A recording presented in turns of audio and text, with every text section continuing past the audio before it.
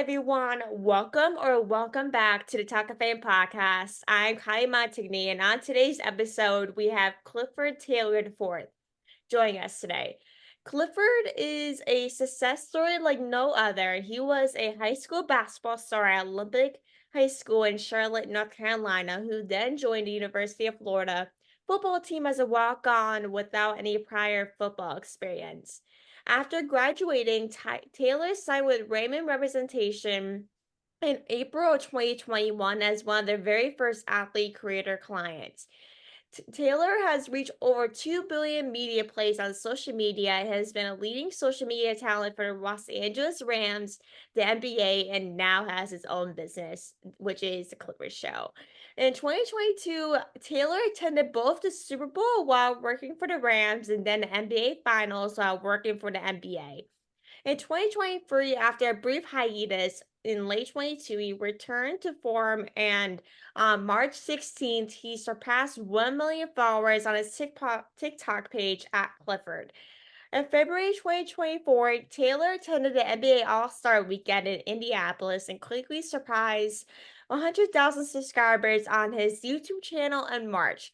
Today, through sharing his experiences as a walk-on and mixing his own sense of humor and joyous personality, he has leveraged his goal nature creative spirit to stay engaged with his fans, delivering popular comedy content on all things sports and social current events. Clifford, welcome to the show today. I really appreciate you coming on and joining us today. I honestly been following your content for a hot minute. We've been talking on social media for a couple of months. So, I really Yeah, appreciate you coming on and taking the time. yeah, absolutely. Thank you for having me. So the first thing I wanted to ask you to kick off this episode is how'd you kind of play D1 football for the University of Florida without any experience? Wild story. Yeah. Even now when I talk about it, it's just like it's like how did that happen? But in a nutshell, so I got accepted into UF for academics, and so I grew up hooping, and so I, tried to walk onto the basketball team. And then, long story short, they gave the two spots. I think they gave it to the managers, which was like, all right, I respect that. They've been there, so I'm cool with that. So my freshman year, that was my first year really since I want to say like maybe third or fourth grade where I wasn't playing any, team sports during the fall or winter season. So it was definitely like a culture shock and it was weird. But then my sophomore year, I was just telling myself like somehow, some way I got to get involved in sports in Gainesville. Somehow, some way I didn't know whether that was going to be basketball, football. It could have been baseball for all I know. So yeah, so me and my buddies, we just decided to start playing intramurals. We did basketball, we did the whole flag football thing. And then just one night, and to this day, I still don't remember what exactly like caused this to happen this particular night, but I had like 4 or 5 touchdowns or something like that in the game. And then you could just tell it was an athlete there by the player exclusive gear and all that good stuff. So I just happened to have like 4 or 5 touchdowns. And so after the game, he asked me, it was Robert Clay was his name, my guy, and he asked me if I ever thought of playing, and I told him the truth. I was like, nah, I've never even considered playing football. Like flag football, that's about as much football as I'm going to get. And so pretty much that night, he pretty much gave me the rundown of the ins and outs of Gator football. And he was a walk on himself at the time. And one thing I think from that conversation that really stood out was when he said he put on muscle. And I've always been trying to put on muscle. Like at that time, I think I was 190, maybe 200, maybe 200. So I was like very, very slim. And so honestly, that night I kind of let it go through one ear and out the other. And I'm like, I'm not playing no football. Like, no way. And so that week led up to Florida playing LSU, which is crazy because that's the last time we beat LSU to this day, which is still crazy to think about. So that was a huge win. Coach Mullen's like first signature win. And so I just kind of in that moment, I was just kind of sitting and kind of glancing around. And I was like, maybe I can give it a shot, maybe. And so I always tell myself, you know what? If I don't make it, at least I can say I tried. But from that point on, I just started like just working out at our local rec center, finding local trainers, and then I was getting in contact with players, staff. And that's one thing about it. It's like with me, it's like if I want something bad enough, I'm gonna go to great lengths and great measures to make it happen. So I just started, reaching out to people, and They gave me some insights on walk-on trials. And the thing is, back in the Mullen era, and I think it was the same with every other school, walk-on trials were very, very low key. Nowadays, it's so public. They post about it, which I'm kind of glad they didn't at the time because I was very nervous at the tryout, and so I never forget. So when we had our introductory meeting, they pretty much told everybody in there like, don't expect to come in here and be a starter and all that, which I knew because like our team at the time was loaded, which I understood that. So ended up trying out, and it was only I want to say like four of us, and only two of us ended up making it. But so that whole tryout, it was during this thing called the dead period, which meant like no football, no actual practice. So our tryout was straight agility and conditioning. That's all you do in basketball. So for me, that was like the ultimate green light. So I pretty much like in a sort of cocky way knew I was on the team before the tryout even started. When they were like, "Oh yeah, it's gonna be straight conditioning," I'm like, "Oh yeah, this is gonna be cake." And so sure enough, tried out.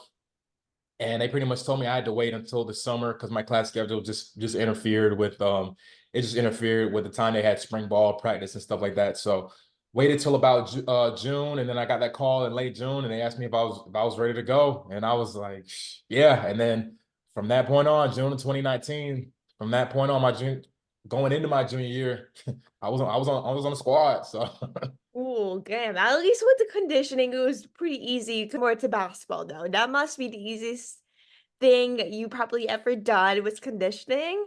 But I yeah, love that you brought up that you literally set your mind to something and never give up, because that's literally how I am. If I want something, I will keep going until I get it, no matter how months or years I try. Like the right. mindset never stops.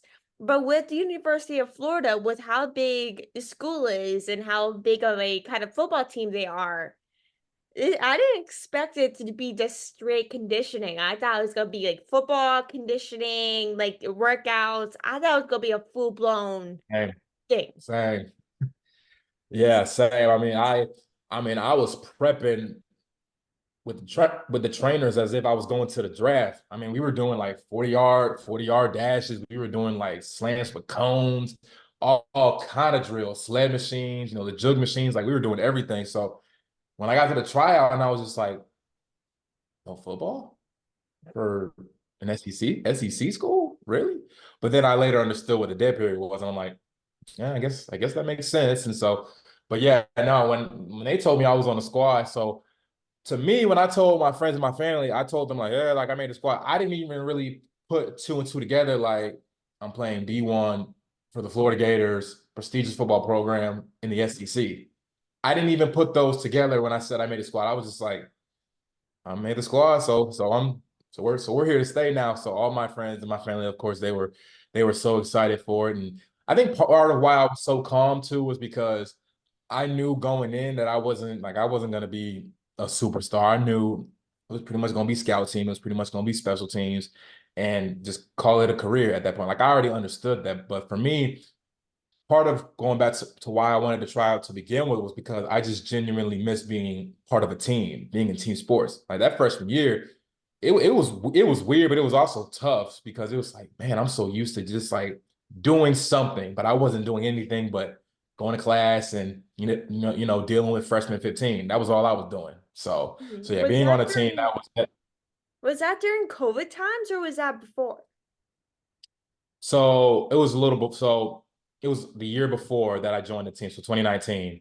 But yeah, now my senior year, yeah, that COVID year, that was crazy. It was a lot because that off season, I will admit that off season after my junior year, that was the toughest thing ever because in basketball you don't live as much as a football player, so they're expecting you to live 225 and everything like with ease, and so I kind of had to dig deep and lock in a little bit during the off season. We were running stadiums, doing all these crazy drills. I remember one day we did something where we ran around the entire campus in the morning. Oh We just ran wow. around the entire campus. So I would say about 80% of it I was fine, but that last leg I was just like, man, this is tough, man. So no, it was definitely a culture shock. But yeah, 2020, and I'll never forget. It was the week before spring ball was supposed to start. The Big Ten and ACC, they already shut down. But they always say in the SEC, it just means more. That's just their saying. So I'm like, oh, well, we're still gonna have spring ball. And I never get. We had a team meeting, and when he said that they shut down spring ball and everything, like we were just devastated. We were devastated. I mean, I think for me, it was one of those things where it's like, man, I can't. Like that's the thing. I never had a spring game. I never had spring ball. Never did any of that. All I ever had was summer training camp. That was it. And so, in a way, we were all robbed of that. But in hindsight, it was like the world was just going through so much stuff. It was way more than football. And so, I obviously now I understand why we had to shut everything down. But yeah, no, 2020, and then that whole 2020 season was just a roller coaster. Like our training camp, golly, it was like 7 weeks, something like that. It Oh, was like wow. 7 straight weeks.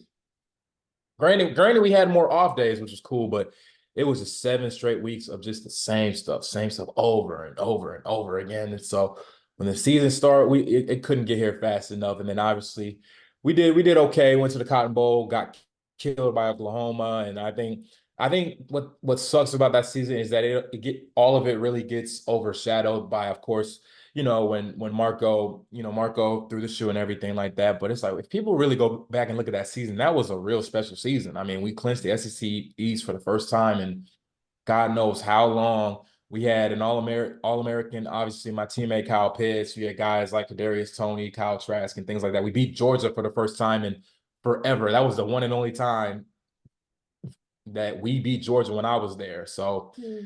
that kind of sucked, but yeah, at least I can say I was 2-1 against Florida State. But as a player, I'm 1-0 because we didn't even play in my sophomore or my senior year because it was just an all conference schedule. But yeah, my UF career was very interesting, very I different. know. Especially with your But the best senior times year for with sure. COVID, that's tough. Like, honestly, going to my senior year now. So, it's course, like, if I was a senior during COVID, I would be like, this is rigged. Like, most people didn't get graduation, nothing. Like, people were playing sports. Like, my brother plays baseball right now. Yeah, He's a high school baseball right now. So, he was rigged of a season and I really feel for all those people that lost a season, especially as a senior in high school or college, that you miss out on a season that you could have just played. But of course, with the big like SEC, I believe was the last conference to shut down. I could be wrong, but I believe it was like the last or one of few to close after the Big Ten. Because Big yeah, Ten, once COVID started, the Big Ten really just shut down after a couple weeks. With Penn State football, my whole family's Penn State fans, that devastated my family. I was only one that only cared about baseball rather than football. But with Florida State and University of Florida, that's always a game that, is so pumped, but at least you just got 1-0. You couldn't really just, shut down the other games that you lost, even if it was like a spring game or whatever it was. yeah. I say 2-0 because they were so bad in 2020. I just claim it 2-0. And I also claim it just to piss my best friend off. My best friend ironically, he's a Seminole. So, I just do it just to get on his nerves. Oh my gosh. They were actually bad in 2020? Oh my Yeah, no, that was when FSU was going through what Florida's going through right now. Yeah, FSU they were terrible. Like my entire college career, they were horrible. And then a couple years after we left, they started picking it up again. And obviously they went undefeated last season and things like that. But yeah, no, when I was in school, Florida State was awful. They were terrible. gosh. But did you like with the COVID season, did you get an extra year? Or no, it was a senior year last So, year. so we did get an extra year, but the reason I didn't take it was because NIL stalled because NIL was supposed to start that winter of 2021. Had it started, I would have done a fifth year. I would have done the whole thing, no question. But when that got stalled to the spring and into the summer, I'm like, it's just not meant to be. I'm gonna just go out in the real world, get a job. Hopefully, I can land a job in sports, which I was fortunate enough to do. But yeah, looking at it now, it's just like it's really cool to see NIL and what it's done not only for like players but for their families and obviously for the fans too. With the college football video game coming back, I cannot wait for that. By the way, but yeah, no NIL, like seeing how it's taking storm, it's pretty cool to see, honestly.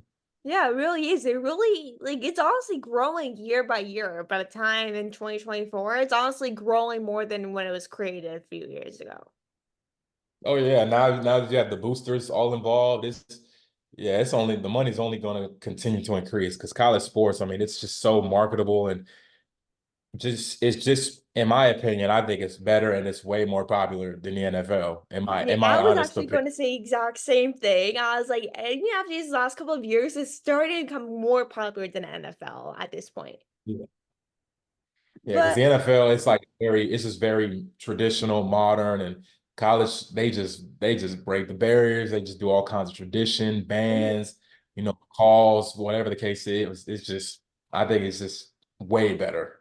yeah, I so agree. Plus, like the fans is honestly much better in the college world than it is NFL because every of course with the white game for Penn State, the fans are insane. Like that's honestly the kind of a example of how big college football is getting with the fans, with how electric the games are with the fans, especially with Penn State's one of the biggest like fans in the world at this moment, maybe the best, I can't keep track at this point, but they're one of the best in college, but it started to become better than NFL with viewers, but of course with Travis Kelsey and Taylor Swift, that's Yeah, honestly just a growing right, point. right. But why Yeah, was the University of Florida your like was it like your dream school before walking on to the University of Florida, or did you have like another school in mind? it was Florida or bust because my dad went there, aunts, uncles, cousins, on both sides of my family. I mean, they're all Gators. There's no Hurricanes, there's no Noles. It's straight Gators. So, unfortunately, I was able to grow up in the era of watching, the Tim Tebow's, the basketball teams winning back-to-back titles and things like that. So, yeah, for me, it was Florida or well, let me not say nothing because if I didn't go to Florida, I would have went to Chapel Hill. But yeah, Mm-hmm. no, Florida that was always the dream school from literally day one. I honestly am the same way. My whole family on my father's side is Penn State alumni, and basically it was honestly a dream school for me and my brother from day one because, of course, we're growing up to games, going to stadium. Because we live 2 hours outside of Penn State, so it's not too far of a ride. And we used to have like season tickets. We used to have like all these things. If we don't go to Penn State next year, our family would probably flabbergast us for not going to PSU because our whole family went there. So if we didn't end up going to PSU or just like a family school, we wouldn't be in a family anymore at this point. Right. But why did you like end up, really switching over from basketball to football? Like, was it really like just because that interaction that you had, or what was kind of like the moment you really realized football was really for you at that point? Yeah, definitely that interaction I had with Clay. But I think just because I've always just loved watching college football, like really since I was a kid. And so it was just one of those things where I enjoyed it so much. It was almost like, you know what? Why not give it a shot? You Mhm. know? And like worst come to worst, and I don't make it, guess what? I'm still gonna be in the stands cheering for the Gators on Saturdays. I'm Yeah. still gonna be, binge watching games all day. Like that's the thing. When I was in college, oh yeah, there was no studying, there was no studying, there was no homework, there was like it was nothing. It was college football all day, and I'll take care of my stuff either that Friday or Sunday. Mhm. Saturday, Saturday, strictly college football. So I would have been fine if I didn't make the team, but that interaction and just really just the pageantry and just the atmosphere. Because sometimes I would catch myself back then on game days, just kind of doing a walk, just doing a walk around, not just around the stadium, but like obviously frat row where all the tailgates were for the students and things like that, but also just on University Boulevard and seeing just how this game just brought people of all ages together to root for 120 something players every Saturday. So I Mhm. always thought, like, you know what? If I can include myself in that 120 in some capacity, that would be a fever dream. And so I was like, you know what? Let me give it a shot. And so when it happened, and then of course when I started making videos and just seeing the love that I got, it's honestly still continue to get when I go to Gainesville. Oh yeah, it made it all totally worth it. I still hoop though. Like let's not get into it. I still love to play basketball, no question. Like I know with college football during the season, always Saturdays are just for games. No, nothing happens. Even if someone makes plans, I'm like, nope. It's all if you want to watch college football, you're more than welcome to join. But if not, then I'll see you tomorrow. Yeah. Always Saturdays are always for college football and watching PSU game play in person or online. Every Saturday, like, it's always strictly for football, and Sundays are for the NFL. It's always a weekend ideal for myself is to watch at least one game of football every weekend. Right. Yeah, my Panthers, they weren't no good. So I was like, you know what? I'm not even gonna watch. I'm gonna just do my homework and call it a day.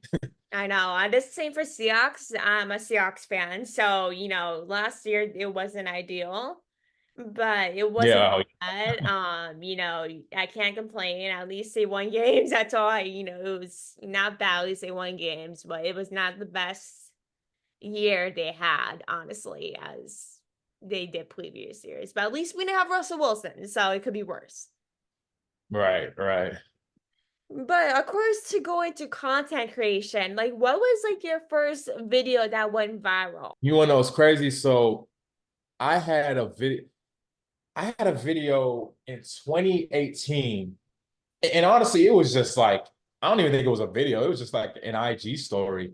And I guess it just caught the attention of House of Highlights. It was back when the Warriors were the Warriors, and they had just added DeMarcus Cousins to their Mhm. team, which was like adding Thanos to the Avengers. It's crazy. So House of Highlights just asked me if they could post it, and I was like, I guess, sure. I got like 1,000 followers from that. Oh So it God. was cool. But I was like, I mean, I guess I had a viral moment. It is what it is, cool. But I just kept it moving after that, really. And so uh I think my first real viral one was, I want to say, like my third or fourth TikTok video that I made. And it was pretty much just talking about how college players are during Christmas break and bowl prep. No one else is on campus. It's just us. Pretty much just giving the rundown of, practice, film study, going to get groceries with no one in the store and things like that. And then next thing I know, it's on overtime, ESPN, House of Highlights. And so I was like, you know what? We might have something here. I still wasn't sure, but I was like, we might have something here. So honestly, I just thought I just kept on just making videos because it was genuinely like a hobby. It was something, fun to do, and I got a kick out of it. So Mhm. it was just a lot of fun to do. And then next thing you know, I look up 10K, then 50, then 100, and I'm like, oh, like this I don't want to jinx it, but I'm like, this might be something. I might be on to something. And then obviously when COVID happened, I just let it rip. I was just making videos like every day. I mean, I had nothing else to do.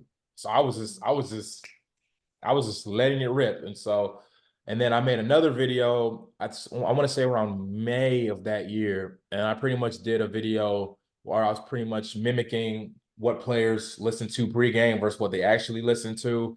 And I want to say it was Trippy Red, and then it switched to Boyfriend by Big Time Rush. And that thing like just took it to a whole nother level. I mean, it's so much so that it was on you remember that when we were like in middle school, elementary school, iFunny?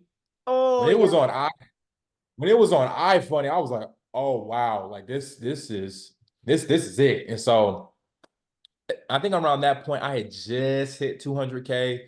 So 2020 season, I just kept on making it. And then after my college career was over, I kind of had to do some soul searching. I was like, okay, am I gonna do this? Am I gonna keep doing this? Am I gonna work in my major, which was graphic design? I was cool either way. And so I just kind of did some soul searching. I was like, you know what? I want to at least get my feet wet working in sports in some capacity because making content is genuinely fun to do for me. And so I was able to get a 6 week program internship with Wilson. And then that led to a connect they had with the Rams. And then I ended up working for the Rams doing, and it was a really cool role because they let me do social media and they let me do graphic design stuff for them, which was really, really cool. And so they ended up winning a Super Bowl out of it, which was so surreal. Like I never ever in a million years thought I would go to a Super Bowl. And then obviously ended up leaving them. And then I went to the NBA, pretty much did the exact same thing I did for the Rams. They let me go to the finals, which was the best ever because my favorite player is Stephen Curry because he's, from Mm. Charlotte. He's a Carolina boy. So seeing the Warriors, beat the Celtics in real time was like the coolest thing ever. And then I want to say around December of 22, going into 23, that's when I decided to do my own thing. Because in a nutshell, basically, it was like a conflict of interest because I was doing stuff for a brand that also did stuff for the NBA. And I think where the misconception was that I think the leads of the NBA thought I got the deal with the brand from working for the NBA. I had that deal with the brand years before I worked for the NBA. So I think Mm. that's where some of the confusion went. But in a nutshell, it was just a conflict of interest. And then honestly, I told my rep at the company, I said, hey, these guys, they don't want me posting for y'all anymore. And then he came back with a deal that was just I couldn't pass up on it. It was going to change it was going to not only change my life and career, but it was going to also give me the opportunity to move back home, be closer to family, and be the closest I've ever been to family, other than living with them. So when I got that deal, I was like, you know what, I'm gonna start doing my own thing, and I'm gonna just push. I'm just gonna keep pushing, just keep creating, and then obviously when I didn't realize when I said 5 simple words that it was gonna blow up into the stratosphere when I said, a win is a win. And it's crazy because I still hear people say it in that monotone that I said it like all the time, even to this day, which is crazy. And then obviously I was doing stuff talking about the Lakers when they were going through their struggles, and I was talking about how bad the Lakers needed a center, and that just took a life of its own. I mean, I remember last year, my goal last year was, half a mil, 500K at the end of the year because nowadays and I tell people this all the time, it is so hard to grow on TikTok now. Like back then when it was only a few of us, oh, it was easy. Now you gotta really be, you really either gotta be very lucky or you gotta come up with some real clever and consistent stuff. And so fortunately that trend fell in my lap and I was just creating nonstop. And then when I hit that mill, oh man, like the emotions, especially in that moment with my best friends being behind me when it happened. Oh yeah, that was an amazing feeling. Like I remember I was like burst into tears. So that's one thing I just never ever thought would happen. And I knew from that moment, I knew that the opportunities were gonna just come swarming in. I mean swarming in. And lo and behold, I've been doing my own thing. Clifford Show's been running as a business for about a year and a half now. And so we've been off and running ever since.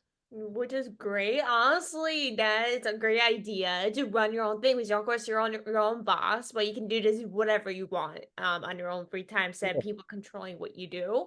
That is why Yeah. I love what I do now, besides outside the jobs I have now, is that I can just control what I want to post and what I want to do. Even it's posting on TikTok. TikTok is so big that it's so hard to post. Like, even if I post, podcast clips or this TikToks that, I'm just bored to post or whatever. It's so hard. Like, I'll be lucky if I get 100 views for crying out loud. Like, it's literally so hard compared to maybe before the pandemic. Like, once the pandemic hit, it has been zooming honestly, like, it's gotten so big to the point where you'll be lucky if you go viral at this point.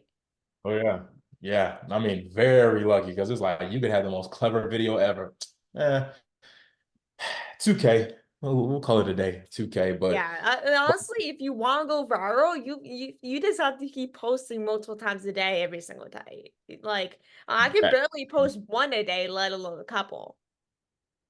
yeah, no, very true. They definitely make you They definitely make you go above and beyond and push for it. And honestly, that was what I had to do for YouTube because I was posting last year around this time, like maybe one a day.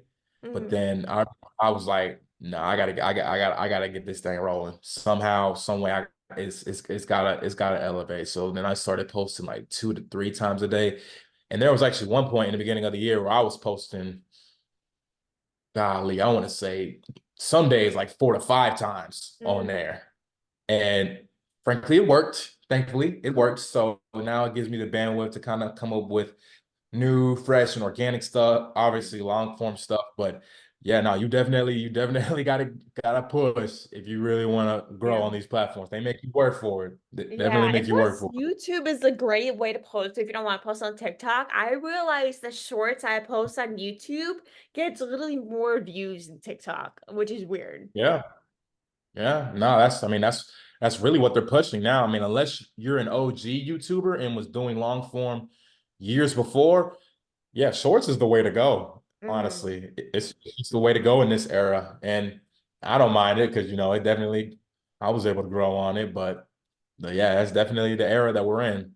Definitely is. And I think that is a perfect way to wrap up this episode. I hope everyone enjoyed listening or watching this episode. I will catch you guys soon with another episode. Make sure to subscribe, review, like, whatever is on your platform. But I really appreciate you, Clifford, for joining us. All the work at you do is awesome, and all the sports content you're doing. As a big sports fan myself, I'm always looking for different creators, especially sports creators, to watch to make sure if I'm not watching a game, I can at least watch a 30-second video to keep myself entertained and make sure I'm caught up in something.